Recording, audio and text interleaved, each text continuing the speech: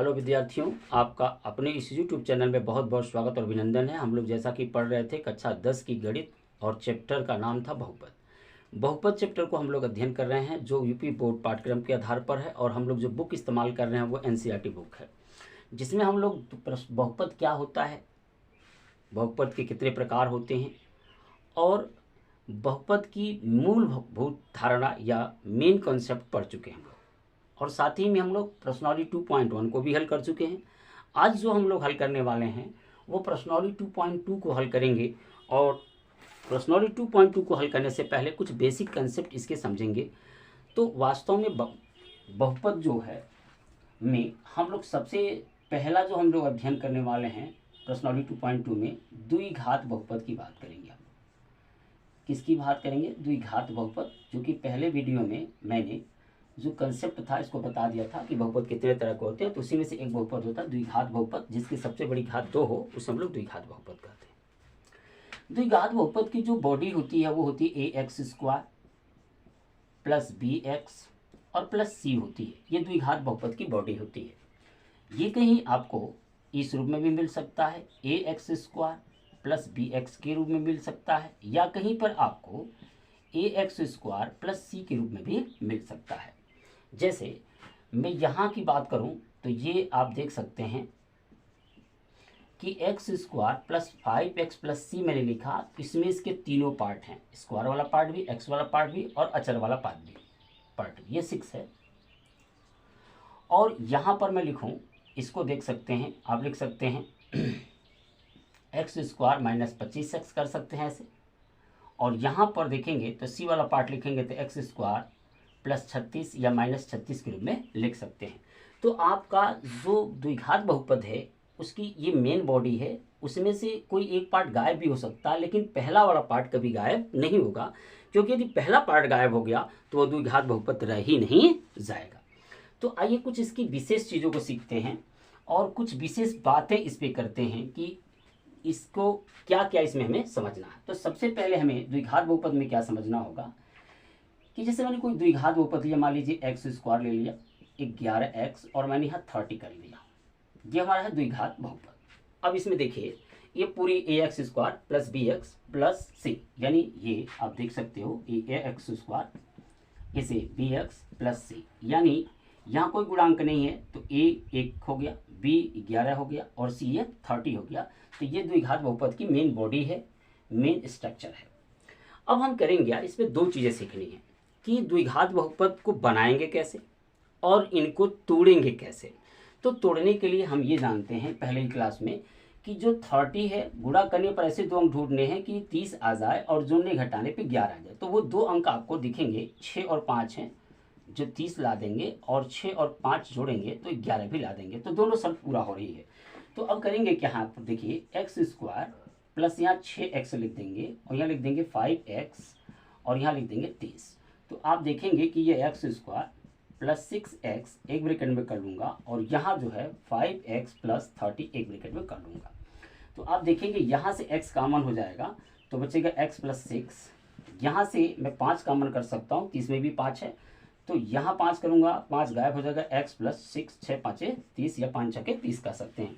तो x plus 6 दोनों जगह है तो x प्लस 6 कॉमन ले लीजिए तो ये बच गया x प्लस 5, क्योंकि यहाँ दोनों में से कॉमन ले लेंगे तो x प्लस 5 ही बचा। तो आप देख सकते हैं ये इसके हो गया गुणनखंड। और इसके पहले वाले चैप्टर में हम लोगों ने देखा था कि गुणनखंड कैसे करते हैं। अब हम इसकी शून्यक की बात करें, किसकी बात करें? शून्यक की। तो शून्यक की बात करेंगे तो x प्लस 6 इक्वल आपका 0, यहाँ कर लेता हूँ, शून्यक की बात यहाँ कर लेता हूँ। यदि ये x प्लस 6 इक्वल क्या हो गया 0, तो x बराबर आ जाएगा -6। और यदि x प्लस 5 इक्वल 0 कर दूँ तो x बराबर आ जाएगा -5। यानी इसके जो शून्यक हैं वो शून्यक हो गए आपके -6 और -5।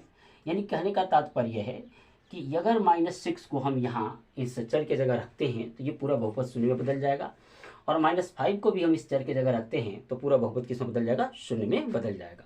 अब इन शून्यकों की सहायता से पुनः इसको प्राप्त कर सकते हैं। इसको प्राप्त करने की, यानी ये जो समीकरण है, सॉरी जो ये बहुपद है, इसे हम प्राप्त कर सकते हैं कैसे? तो उसके लिए हमें क्या है कि हमारे पास फार्मूला होता है क्या, अगर द्विघात आपको बहुपद बनाने हैं तो उसके लिए फार्मूला होता है, वो होता है एक्स स्क्वायर माइनस शून्यकों का योगफल, ऐसे, और यहाँ x लगा सकते हो और यहाँ शून्यकों का गुणनफल। तो आप देख सकते हो कि अगर हमें फिर से ये बहुपद चाहिए तो हमें करना क्या होगा, एक्स स्क्वायर माइनस शून्यकों का योगफल फिर x धन शून्यकों का गुणनफल। तो सबसे पहले आप देख सकते हो कि हमें शून्यकों का योगफल ज्ञात करना पड़ेगा और फिर शून्यकों का गुणनफल। तो शून्यकों का योगफल, अगर मैं योगफल की बात करूं तो आप देखेंगे जो योगफल है वो होगा -6 और +-5। तो यहाँ देखेंगे कि -6 और ये प्लस माइनस का -5 यानी टोटल आ जाएगा -11। और गुणनफल की बात मैं करूँगा तो गुणनफल की बात मैं करूँगा तो ये -6 इंटू -5 हो गया। तो आप देख सकते हैं ऋण का धन 6×5 = 30। अगर मैं अब इस सूत्र में रखूं, यदि मैं दिए गए सूत्र में रखूं तो हमें एक ये वाला जो है द्विघात बहुपद प्राप्त हो जाएगा। तो देखिए एक्स स्क्वायर या माइनस शून्यकों का योगफल कितना आया मेरा -11 यहाँ रख दिया, इसके बगल में x और प्लस शून्यकों का गुणनफल कितना 30 आया है। तो आप अगर इसे देखेंगे तो ये हो जाएगा एक्स स्क्वायर माइनस माइनस का प्लस 11x और प्लस 30। तो आप देख सकते हो कि मैंने एक बहुपद लिया द्विघात और उसका मैंने गुणनखंड किया। गुणनखंड करने के बाद मैंने शून्यक निकाले और पुनः उन्हीं शून्यकों की सहायता से मैंने पुनः उस द्विघात बहुपद को क्या किया, बना दिया। तो आपको ये चीज़ें आसानी से सीखनी है, ये चीज़ें बढ़िया से सीखनी है। फिर से मैं एक बार समझा देता हूँ कि जो ये बहुपद है इसका मैंने गुणनखंड किया। गुणनखंड करने का नियम इस तरह के बहुपद का होता है कि यहाँ और यहाँ के अंकों का गुणा कराते हैं, यहाँ कोई अंक नहीं है तो 1 है तो इसका नाम 30 ही रह जाएगा। और गुणा करने पर 30 ऐसे दो अंक ढूंढने हैं कि गुणा करने पर 30 और जोड़ने घटाने पे आपके 11 आ जाए। तो वो मैंने देखा कि 6×5 = 30 और 6×5 = 11 हो जा रहे हैं। फिर मैंने 2 को एक ब्रैकेट में 2 को एक ब्रैकेट में रखा, यहाँ से x कॉमन था, x कॉमन कर लिया तो यहाँ बचा x + 6, चूंकि एक x निकल गया, x यहाँ से निकल गया। यहाँ देखो 5 है, यहाँ 30 है तो 5 मैंने कॉमन किया, 5 × 5 1 आ गया और 5 × 6 = 30। तो फिर मैंने देखा कि x + 6 दोनों जगह कॉमन है तो मैंने इसको कॉमन किया। जैसे मैं इसको निकालूंगा तो यहाँ भाग लगाऊंगा इससे भाग लगाऊंगा इसी से, तो ये भी खत्म, क्या बचेगा x + 5। अब हमारे पास ये गुणनखंड हो गए और इस गुणनखंड की सहायता से हम शून्य निकाल सकते हैं शून्य से तुलना करके। तो ये इसको -6 और ये -5 आ गए, तो शून्य -6 और -5 आ गए। फिर से मैं चाहता हूँ कि मैं इस द्विघात बहुपद को बनाऊँ तो उसके लिए मुझे योगफल ज्ञात करने होंगे। तो मैंने शून्यकों को जोड़ा, फिर एक बार गुणा किया और फिर मैं एक फार्मूला होता है अपना कि एक्स स्क्वायर माइनस शून्यकों का योगफल फिर x धन शून्यकों का गुणनफल। तो मैंने क्या किया, ये शून्यों का जो योगफल था मैंने यहाँ रख दिया, बाहर x है, धन गुणनफल रख दिया। अब फिर इनको मैंने ऋण का हो गया धन और ये हो गया आपका एक, तो x स्क्वायर + 11 + 30 हमें फिर से प्राप्त हो गया। तो किसी भी द्विघात बहुपद का आप गुणनखंड करके शून्य निकाल सकते हो और शून्यकों के योगफल गुणनफल प्राप्त करके इस फार्मूले पर रख करके पुनः उस बहुपद को द्विघात बहुपद को बना सकते हो। अब द्विघात बहुपद बनाने के एक तरीके और भी अपने पास हैं। वो क्या है कि अपनी जो मेन बॉडी है उस हिसाब से निकाल लेंगे। जैसे अपने पास ये शून्यक आ गए -6 -5, तो हम कर सकते हैं कि ये -6 और -5 जो शून्यक है इनको हम क्या कर सकते हैं, देखिए कि अपनी बॉडी जो ax² है प्लस bx + c है, इस आधार पर भी हम ये बहुपद प्राप्त कर सकते हैं। उसके लिए हमें करना क्या होता है कि अगर हमें शून्यक पता नहीं है, हम डायरेक्ट चाहें तो इसके जो आपके द्विघात बहुपद दिया है उससे ही हम शून्यकों के योगफल गुणनफल डायरेक्ट निकाला जा सकता है। कैसे, उसके लिए फार्मूला होता है शून्यकों का योगफल।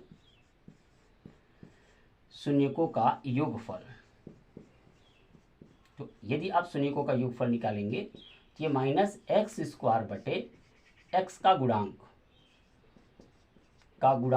ये फार्मूला होता है, या इसी को कह सकते हो आप, सॉरी यहाँ गलती हो गया, -x बटे x² का गुणांक ऐसे होगा, उल्टा मैंने लिख दिया, -x बटे x² गुणांक। तो आप देख सकते हो कि यहाँ पर x के जगह क्या लिखा, x के बगल में क्या लिखा b, तो -b, और x² के बगल में a, तो -b बटे a भी इसका एक फार्मूला होता है। और अब देखें तो यदि आप शून्यकों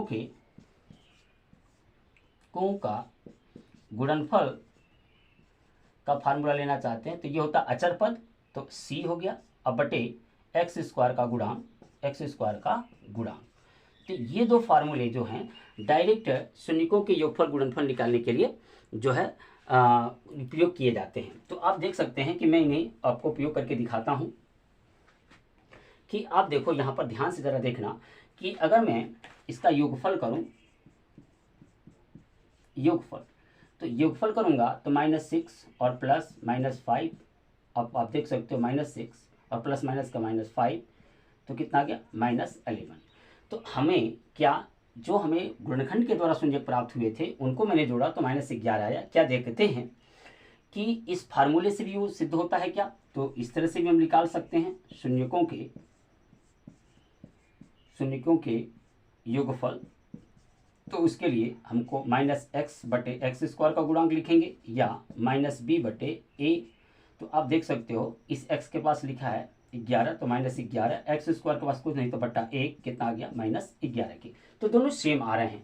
तो इसका मतलब अगर हमें शून्यक नहीं पता है और बहुपद है तो डायरेक्ट हम बहुपद की सहायता से भी इस फार्मूले से शून्यकों के योगफल निकाल सकते हैं। इसी प्रकार से यदि गुणनफल की बात करेंगे तो हम इससे गुणनफल भी निकाला जा सकता है। जैसे मैं दिखा रहा हूं आपको, गुणनफल भी निकाला जा सकता है।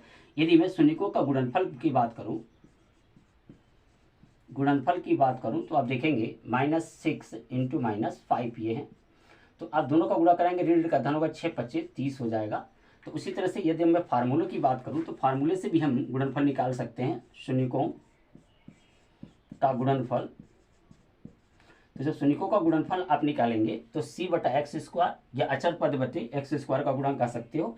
तो आपका c कौन सा 30 है और x² में गुणा करना कोई नहीं तो 1 है, तो आगे देखिए 30 और हमारा यहाँ पर भी 30 आया। तो आपको करना क्या होगा कि आप इन फार्मूले से उपयोग करके भी शून्यकों के योगफल गुणनफल ज्ञात कर सकते हैं और डायरेक्ट शून्यकों का जो गुणनफल योगफल ज्ञात करेंगे वो सेम ही आता है। अब मैंने कहा कि इसको बनाने के एक दूसरा उपाय भी है। वो क्या है कि आपको करना क्या होगा, ऐसे जो मैंने फार्मूला लिखा अभी इन्हीं फार्मूले को इस्तेमाल करना है। जैसे आप जरा देखो, ये मैंने इसलिए नहीं मिटाया ताकि आप देख सके कि यही चीज बन करके आ रहा है। तो हम लिखेंगे शून्यकों का योगफल। तो शून्यकों का योगफल के लिए शून्यकों का जब योगफल की बात करेंगे तो आप देख सकते हो जो योगफल होगा वो होता है -b/a या -x/x² का गुणांक। तो यहाँ योगफल में हमारे पास शून्यक है तो 6 और अगर प्लस माइनस करेंगे तो -5 बराबर b/a।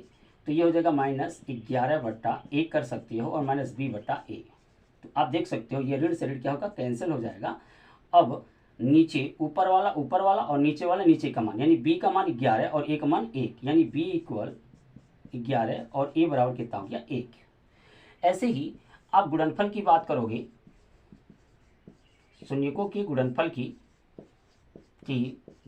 की बात करोगे तो ये होता है c/x²।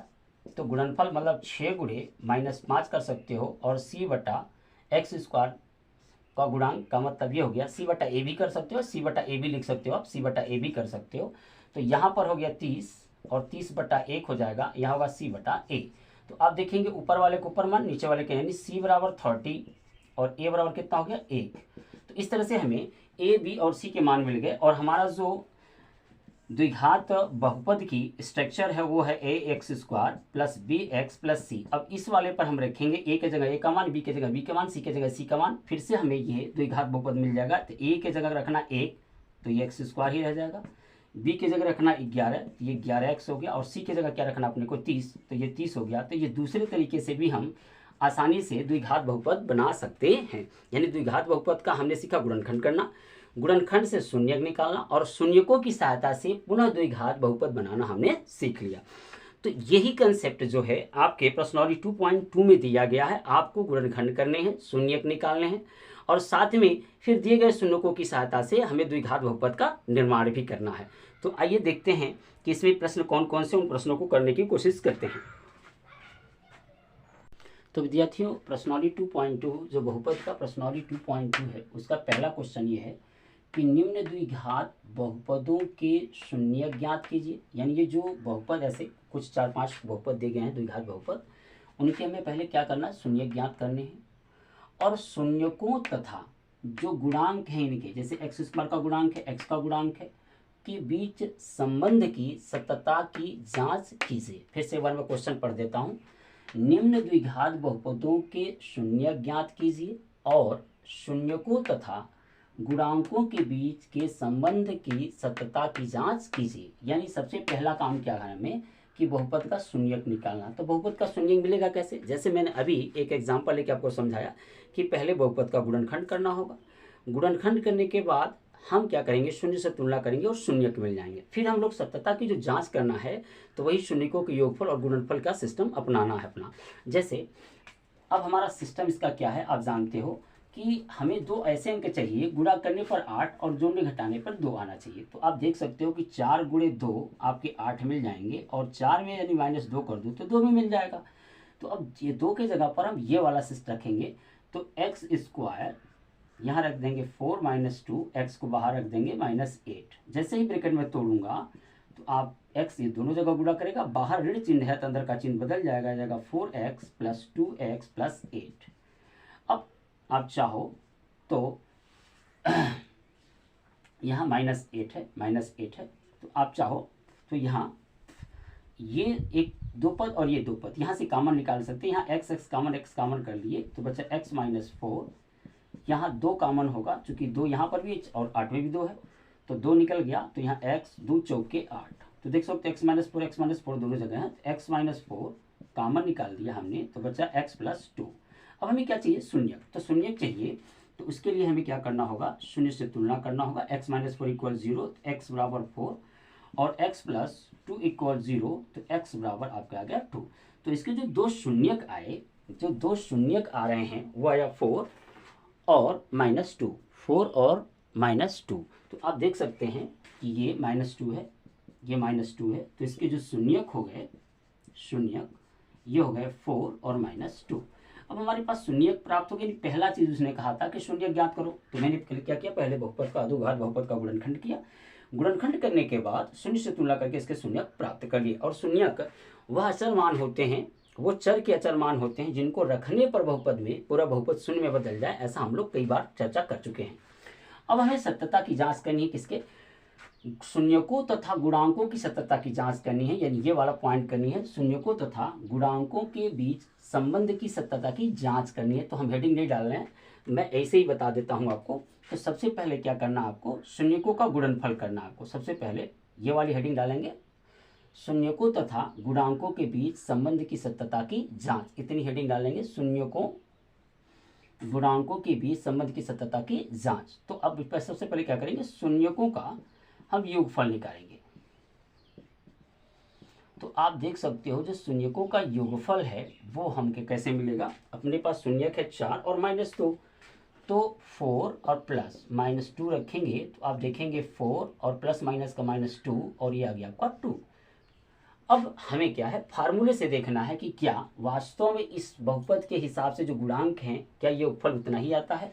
तो हम लिखेंगे फिर से शून्यकों का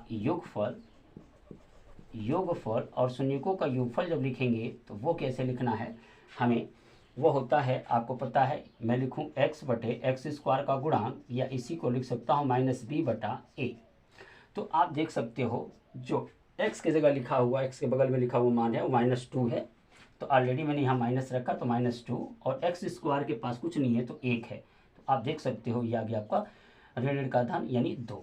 तो इस दशा में भी इसके गुणन योगफल 2 आए और इस दशा में भी इसके योगफल 2 आए। अब इसी तरह से शून्यकों के गुणनफल की बात करेंगे हम लोग, शून्यकों की गुणनफल। तो गुणनफल आप देखोगे कि 4 है एंड -2 है तो ये आ गया हमारा -8। तो अब फार्मूले से देखेंगे क्या इतना ही आता है कि नहीं आता है। तो शून्यकों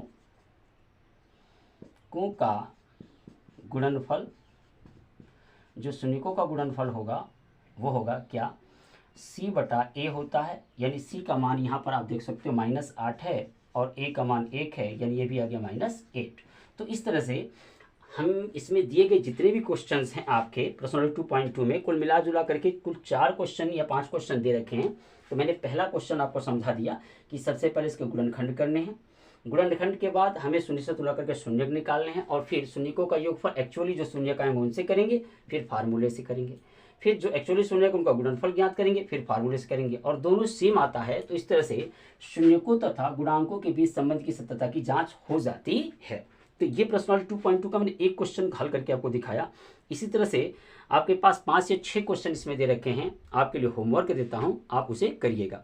अब मैं क्या करता हूं, इसके दूसरे क्वेश्चन को हल करके दिखा देता हूं।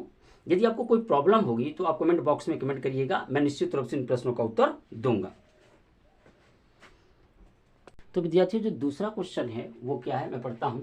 एक द्विघात बहुपद ज्ञात कीजिए जिसके शून्यकों के योगफल तथा गुणनफल क्रमशः दी गई संख्याएं हैं। यानी एक द्विघात बहुपद ज्ञात करना है जिसके शून्यकों के जो है योगफल और गुणनफल क्रमशः दी गई संख्या, यानी मतलब पहला योगफल है और दूसरा गुणनफल है, पहला योगफल है दूसरा गुणनफल है, पहला योगफल है दूसरा गुणनफल है। तो हम द्विघात बहुपद बनाने के लिए आपको 2 विधियां बता चुके हैं अभी इसी वीडियो में। तो आइए हम उनमें से पहले एक का इस्तेमाल करते हैं।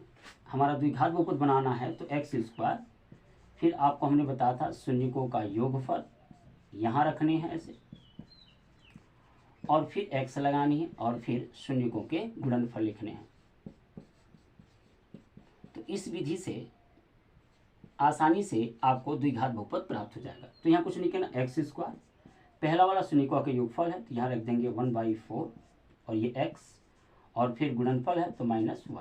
अब हल कर देंगे इसको, x² 1/4x और ये प्लस माइनस का -1, ये हो जाएगा इसका द्विघात बहुपद। अगर आप चाहें तो हर बराबर भी कर सकते हैं, और हर बराबर करेंगे तो यहाँ 4x² -x और प्लस -4 हो जाएगा। अब इस वाले को इस फार्मूले पर रखते हैं तो भी हमें वही चीज़ मिलेगा, मतलब वही चीज़ नहीं मिलेगा, अलग दूसरी चीज़ मिलेगी। जैसे यहाँ पर रख दिया मैंने x², शून्यकों का योगफल √2 है, यहाँ रख देंगे √2 और यहाँ बाहर x और यहाँ प्लस 1/3।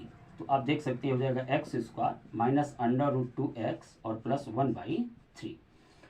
कहीं आपकी किताब में ऐसे भी आंसर दे सकता है, ये हर बराबर कर सकता है, हो सकता है 1 3 3 का लॉसो ले ले 3, तो आपका हो सकता है यहाँ पर 3x² हो जाएगा और यहाँ हो जाएगा -3√2x और यहाँ हो जाएगा +1। और जब ये नीचे होता है ना, तो जब आप शून्यक निकालोगे तो सबसे पहले इसी की तुलना करोगे तो ये शून्य हो जाएगा, तो इसको नहीं लिखते, बस हम इतना ही लिखते हैं। तो हो सकता है आपकी किताब में इतना भी आंसर दिया हो और इतना भी आंसर दे सकता है। अब इस वाले को जरा बनाते हैं, तो इसको देखते हैं कि ये इस फार्मूले पर कितना आता है। तो आप इस वाले को बनाओगे तो भी अब देखो यहाँ x² हो जाएगा, यहाँ आपका शून्यकों का योगफल की जगह शून्य दिया तो मैं यहाँ रख दूंगा 0, यहाँ हो जाएगा x और प्लस √5। तो देखेंगे ये शून्य से गुणा होगा तो शून्य हो जाएगा x² प्लस √5। तो ये हो गया द्विघात बहुपद। इसी तरह से आपके कुल 5 से 6 क्वेश्चन इसमें दे रखे हैं जिससे आप द्विघात बहुपद बना सकते हैं। तो ये पहली विधि थी जो फार्मूला बेस्ड थी, इस तरह से x² माइनस शून्यकों के फल धन x धन शून्यकों के गुणनफल। अब मैं इसको आपको इसकी बॉडी से कैसे बनाते हैं वो दिखाता हूँ। कि सबसे पहले हम शून्यकों का योगफल की बात करेंगे तो हम जानते हैं जो शून्यकों का योगफल -b/a होता है। तो अब यहाँ योगफल की जगह रखेंगे 1/4 और यहाँ -b हो जाएगा और यहाँ हो जाएगा a। ऊपर वाला ऊपर यानी b बराबर -1 और a बराबर अपना हमने कर दिया 4। अब हम गुणनफल की बात करेंगे, तो गुणनफल की बात करेंगे तो यहाँ हो जाएगा आपका c/a। तो गुणनफल कितना दिया -1 और यहाँ c और a, तो बटा 1 कर सकता हूँ, मैं बटा 1 कर सकता हूँ। तो आप देखिए जरा ध्यान दीजिए, क्योंकि यहाँ पर हमें a का मान मिला है 4, a का मान मिला है 4 और b का मान मिला 1। तो यहाँ देखिए a का मान 4 मिला है तो यहाँ पर 1 तो हो नहीं सकता, इसलिए हमें करना क्या होगा, यहाँ पर -1 रखेंगे बटा 1 करेंगे और c का मान निकालना तो यहाँ कर देंगे 4। भाई a का मान यहाँ रख देंगे, जब a का मान यहाँ रखेंगे तो ये इधर आएगा तो c बराबर हो जाएगा -4 के, c बराबर क्या हो जाएगा -4 के। तो अब हम क्या है, हमारी जो बॉडी है ax² plus bx plus c पर हम मान रख देंगे तो हमें वो द्विघात बहुपद मिल जाएगा। a की जगह रख देना हमको 4, ये 4x², b की जगह -1 तो प्लस माइनस का ये माइनस हो जाएगा -x और c की जगह -1 प्लस माइनस का -4। तो ये आपका द्विघात बहुपद वो हो गया। आइए इसको भी मैं इस पर चेक करके दिखाता हूँ, आपको एक और क्वेश्चन करके दिखा देता हूँ कि इस तरह से भी हम द्विघात बहुपद बना सकते हैं। तो अब सबसे पहले देखें कि योगफल निकालोगे तो योगफल के लिए हम क्या लिखेंगे भाई, -b/a या -x/x² का गुणा। तो योगफल अपना √2 है, यहाँ √2 रख देंगे और यहाँ -b/a कर देंगे या बटा 1 कर दूंगा। तो आप देखोगे ऊपर वाला मान नीचे वाला मान, यानी b बराबर, और ये माइनस को इधर लाएंगे तो -√2 हो जाएगा और a बराबर कितना हो जाएगा 1 हो जाएगा। अब अगर हम इसके गुणनफल की बात करें तो वो होता है c/a। तो ये है 1/3, तो 1/3 हो गया यहाँ c/a। अब देखो क्या a का मान दोनों जगह सेम आ रहा है? नहीं, यहाँ a का मान 1 है, यहाँ a का मान 3 आ रहा है, तो हम यहाँ a का मान जो है 1 रख देंगे। तो 1/3 और ये हो जाएगा c/1। तो c का मान आपका हो जाएगा 1/3। तो इस तरह से अब हमारे पास जो बॉडी है ax² plus bx plus c, अब इस पर हम मान रख देंगे। हमारे पास a का मान भी माना गया, b का भी माना गया और c का भी माना गया। तो a के जगह 1 रखेंगे तो यही रह जाएगा, और b के जगह पर जो हम -√, रखना है तो ये होगा प्लस माइनस का क्या हो जाएगा, ये माइनस हो जाएगा। यानी ये वन रख देता हूँ -√2, और ये हो गया x, और c का मान हमें क्या रखना है 1/3। तो यहाँ वन रख दिया 1/3। तो ये हल करेंगे तो x² प्लस माइनस का -√2x और प्लस 1/3 हो जाता है। तो इस तरह से आप देख सकते हो कि हम दो तरीके से द्विघात बहुपद बना सकते हैं। यदि आपको कहीं भी यहाँ दिक्कत होगी तो निश्चित रूप से आप कमेंट करिएगा, नेक्स्ट वीडियो में मैं उसका सोल्यूशन जरूर दूंगा। तो फिर कुछ दो प्रश्न 2.2 के कुछ होमवर्क आपको छोड़ के जाते हैं। यदि आप मेरे चैनल पर पहली बार आए हैं तो निश्चित तौर से मेरे चैनल को सब्सक्राइब करिएगा, लाइक करिएगा और अपने मित्रों में शेयर करिएगा, ताकि मैं इससे भी अच्छे अच्छे वीडियो आपके लिए ला सकूं, ताकि आपकी पढ़ाई मुफ्त में हो सके, आप घर पे बैठ करके आसानी से इन चीज़ों को सीख सकें और अपने मैथ के विषय में 99% ला सकें। तो फिर नेक्स्ट वीडियो में हम मिलेंगे, तब तक के लिए मैं आपसे इजाज़त चाहता हूँ।